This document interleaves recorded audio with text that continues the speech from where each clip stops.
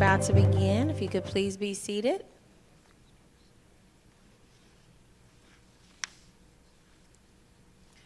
Well, we are now into our next segment of our forum. For Commissioner District 7, candidates Tom Cooley, who is the incumbent, and Mr. Jim Walters. Candidates, you will have 2 minutes for your opening statements. We will start with Mr. Cooley. Thank you. Pleasure to be here. I have been the incumbent since 1999, and prior to that I was the city manager of Bonner Springs, and prior to that I was the city administrator in Edwardsville. I've served about 29 years on that side of the fence as an employee of local government prior to becoming an elected official. I'm a lifelong resident of Wyandotte County and have been educated in this county and still live in this county, obviously.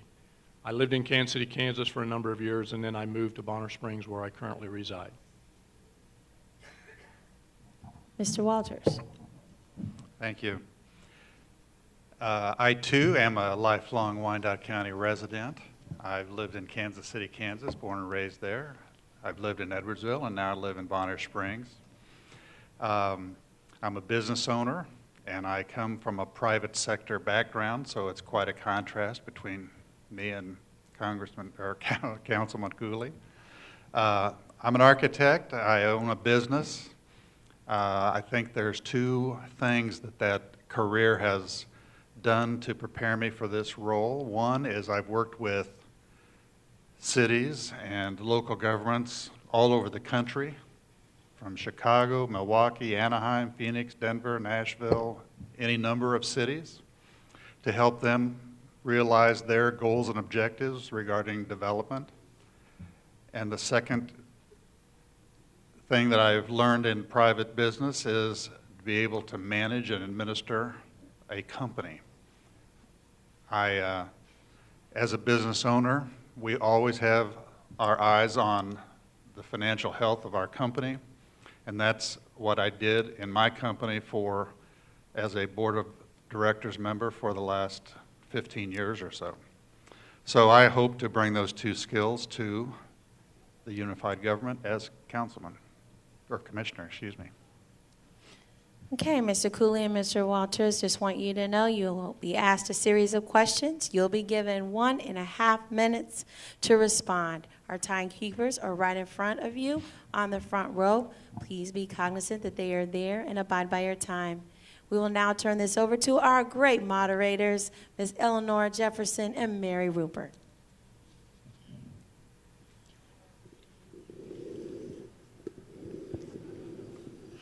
Good evening. This question will be for Commissioner Cooley. First, please. We have new jobs coming to our community at all levels of income. How will you support working class housing throughout the county to encourage new residents throughout the county as well? There are a number of tools that are available to local government for all kinds of development, including housing. Not every tool fits every application, and so what we would do is, and what I would encourage to do, is to apply those tools that would fit those specific cases. There will be about 4,000 new jobs coming when Cerner gets finished. There's already some housing being built, some high-end and some moderate. The city of Kansas City, Kansas has experienced a large amount of building permits for residential this year. They ranked 3rd in the metropolitan area. I think they have some 419 new permits for residential units. That's encouraging, and that obviously we're not going to be able to keep everybody here that would fit the 4,000 jobs, but my other commissioners and I hope we can work together to provide that kind of housing, because we need affordable housing not just for the people that will be coming here from Cerner, but for everybody that we want to encourage to move to our communities. Thank you. Could you repeat the question, please? Yes. We have new jobs coming to our community at all levels of income. How will you support working class housing throughout the county to encourage new residents throughout the county as well? My observation is that there is a lot of stock of new housing coming online, and I think the real challenge to Wyandotte County is the existing housing. I think the unified government is in a position where we could be far more aggressive in trying to take charge of the delinquent housing stock that we have in Wyandotte County to try to get it renovated and back available to working class families far more quickly. Thank you.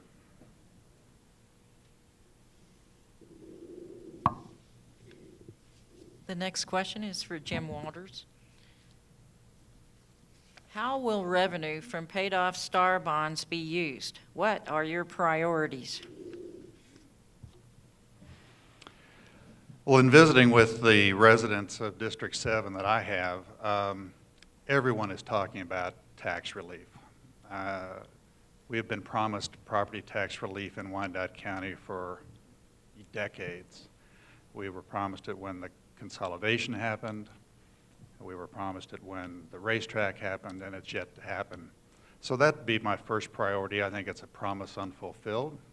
And for us to have any credibility, we have to address that. But equally important to me is to invest in our future by encouraging the kind of economic development that results in real, tangible jobs for the people and residents of Wyandotte County. Over the decades, we have lost a lot, and I think we need to make a concerted effort to replenish that stock. Thank you. Same question? The STAR bond will be paid off in 2017, which means we would have to start budgeting for it in the summer of 2016. That's still some time off. And the amazing thing about it is that the STAR bond amounts of money will predominantly go to the state of Kansas because they have the lion's share of the sales tax that's generated from it. It doesn't mean we're not going to get some. I think both the county and Kansas City, Kansas obviously will experience some revenue. Reducing taxes is always going to be the top priority for anybody. But it's real difficult at this stage of the time to predict where we're going to be in the future, some 4 years down the road. It's going to be real difficult to figure out what's going to happen to us from the state of Kansas. You've probably already heard from other candidates and from reading the papers about what the state of Kansas is doing. They keep reducing the revenues that are to come to us. They've started it some years ago when they did the M&E, the machinery and equipment, which is personal property taxes that they eliminated from businesses, which we no longer get. And that was a hit of about $11 million to the county of Wyandotte.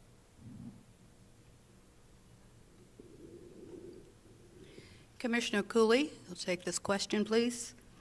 Describe your thoughts on using tax incentives such as tax abatements, tax increment financing, industrial revenue bonds, and so forth to help spur economic development.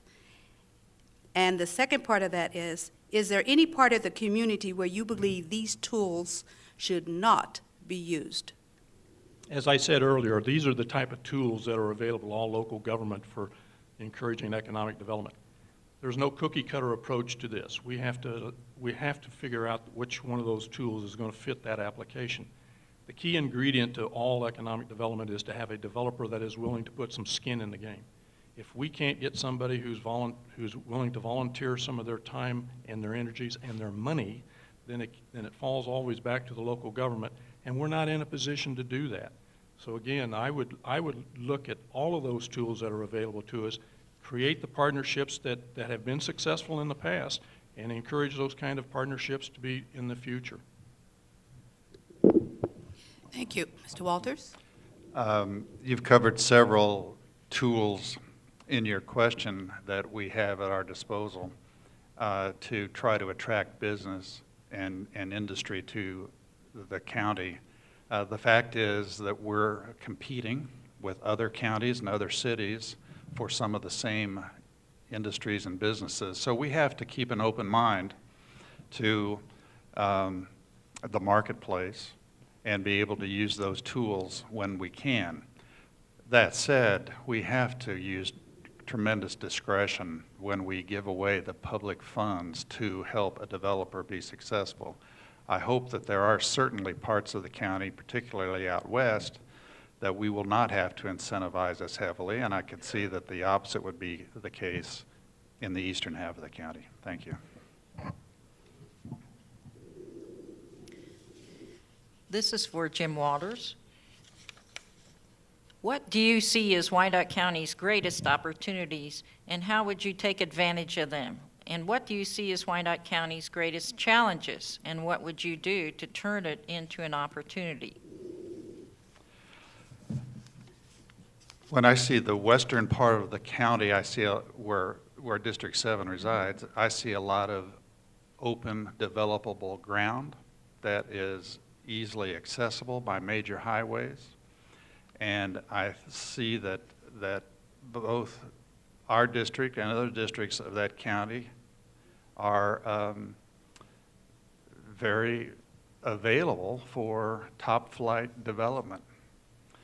We have a workforce and school districts that educate our workforce so that we have a labor pool for people to take advantage of. The biggest challenge we have is joblessness and opportunity, and that's what I think the UG should focus on. Thank you. Same question? Let me start with the biggest challenge. I agree with Jim about that. Jobs are very critical. But there's the older part of the city, of Kansas City, Kansas particularly, the infrastructure there is very old and it's in a deteriorated condition. We're being forced by some of the federal mandates that we have to improve those infrastructures. That's got a high tax bill to it. It's got a high price tag.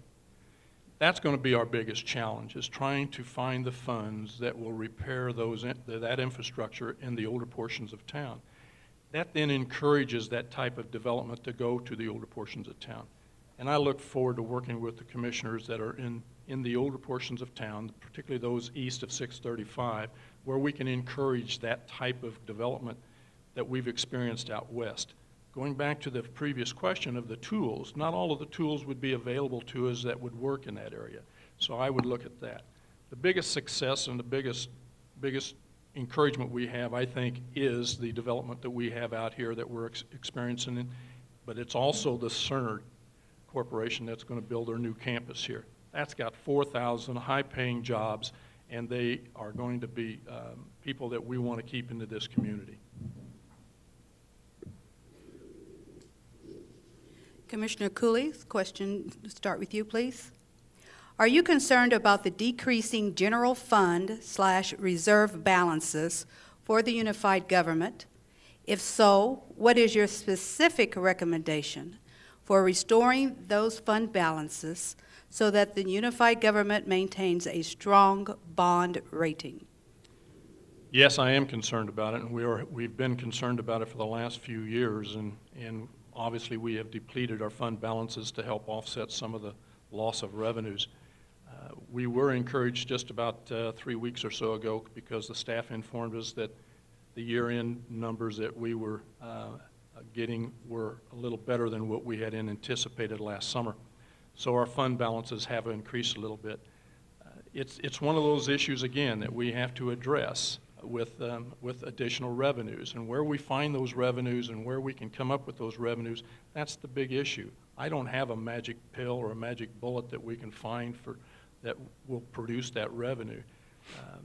Obviously, our assessed valuations have gone down, which then causes the same type of an issue of loss of revenues. It's the age-old problem that we face every year that we do a budget, and that is that we have more needs than we have revenue sources. And when the state keeps taking away a little bit more of our revenue sources that they have been previously giving to us, we have to find a way to fill that gap. But if we have to raise taxes, that's something that we'll have to look very hard at before we can go through with that.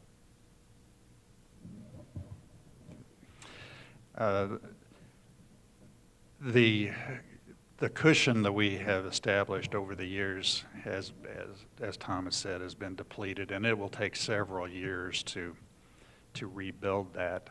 I think that the thing that we will have to do is, when the new commission is seated, is to immediately sit down and go through the budget line by line to make sure that we all are in agreement that we are spending the money that you have given us in the most reasonable way. That's what I did in private business, and that's what I would intend to do as a commissioner. Thank you.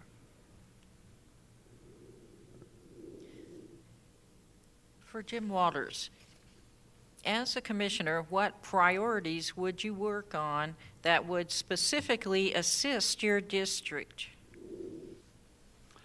Well, my district is an unusual one for this county in that all three cities are represented, Bonner Springs, Edwardsville, and Kansas City. And obviously Kansas City and Wyandotte County have the unified government. Bonner Springs and Edwardsville have distinct governments. In talking to people in the entire district, Bonner Springs and Edwardsville has real questions about the services that the UG provides. For example, Google was talked about several times tonight. Google has come to Kansas City. Google has come to Kansas City, Missouri. Google has gone to Olathe. It has not come to Bonner Springs and Edwardsville. So these are the kind of questions and issues that I will address as a commissioner to make sure that Bonner Springs and Edwardsville are coordinated with Kansas City and the unified government so that we can use all the assets of all cities to its greatest benefit. Thank you. Same question. Jim is right. The District 7, which is what I represent, is the only one in the Wyandotte County area that has all three cities represented, and there's also a very small portion of unincorporated area known as the Loring area that's in that district also. One of the things that has always happened is that my position as a county commissioner only pertains to the Bonner Springs, Edwardsville side of it, and Kansas City, Kansas too. But I'm also a commissioner for the city of Kansas City, Kansas, even though I don't live in the city of Kansas City, Kansas. So for Bonner Springs and Edwardsville, I'm only a county commissioner, no different than a county commissioner in Johnson County or Leavenworth County.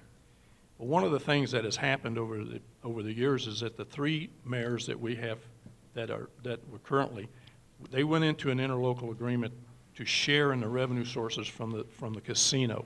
That has benefited both Bonner Springs and Edwardsville significantly.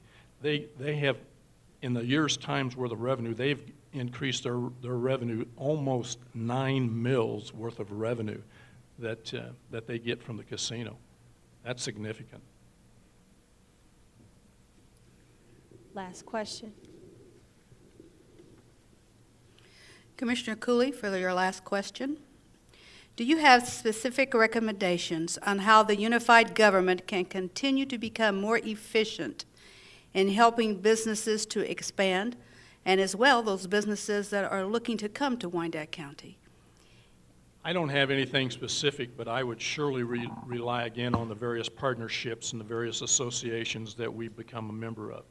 The Chambers of Commerce that we all belong to. There's a number of other associations dealing with the business side of our issues.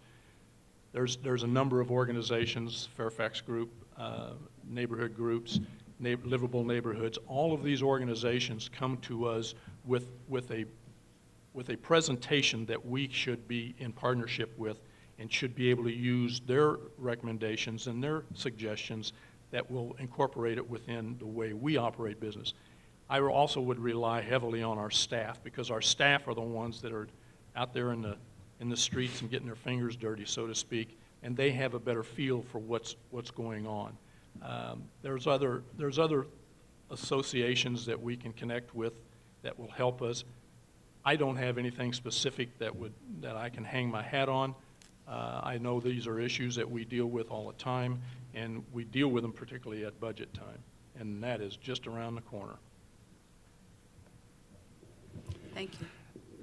I fall back to my experience with cities around the country, and you can very quickly learn when you sit down with people whether these cities are aggressive and motivated and interested in development, or whether they're just kind of going through the motions and can't get out of their own way.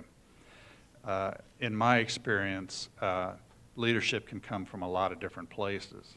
It can come from a mayor, it can come from a city manager, it can come from an economic development director, but there has to be a game plan. And I would suggest that we need to sort of reinvigorate that element of our administrative responsibilities.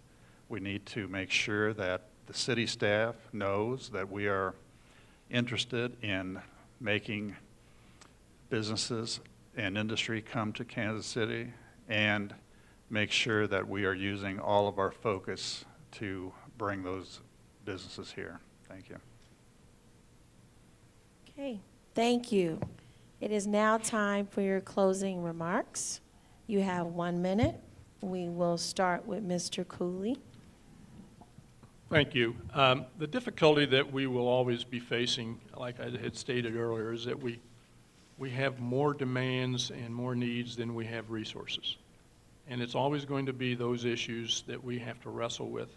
It forces us to make priorities, and sometimes those priorities don't always fit. The other side of this equation, I think, is that Wyandotte County is on the go. It's on the move, and it's become kind of the hot spot in the metropolitan area, and it's being recognized even throughout the world with some of the improvements like the stadium, the soccer stadium that Jim was involved in. These are plus things, and these are positive things that I think that we need to really expand on, and I look forward to doing it. Mr. Walters. For most of my professional career, I've been involved in some level of management, and most recently as a board of directors for Populous Architects. We had a 10-person board of directors. It was later expanded to 13 board members on 3 continents. So I am used to working in a group of people with diverse opinions and diverse factions, but all need to have a common goal. And that's an environment in which I'm very comfortable working in, and look forward to doing so as a commissioner. Thank you. Let's give our candidates a round of applause. Thank you, Mr. Cooley and Mr. Walters.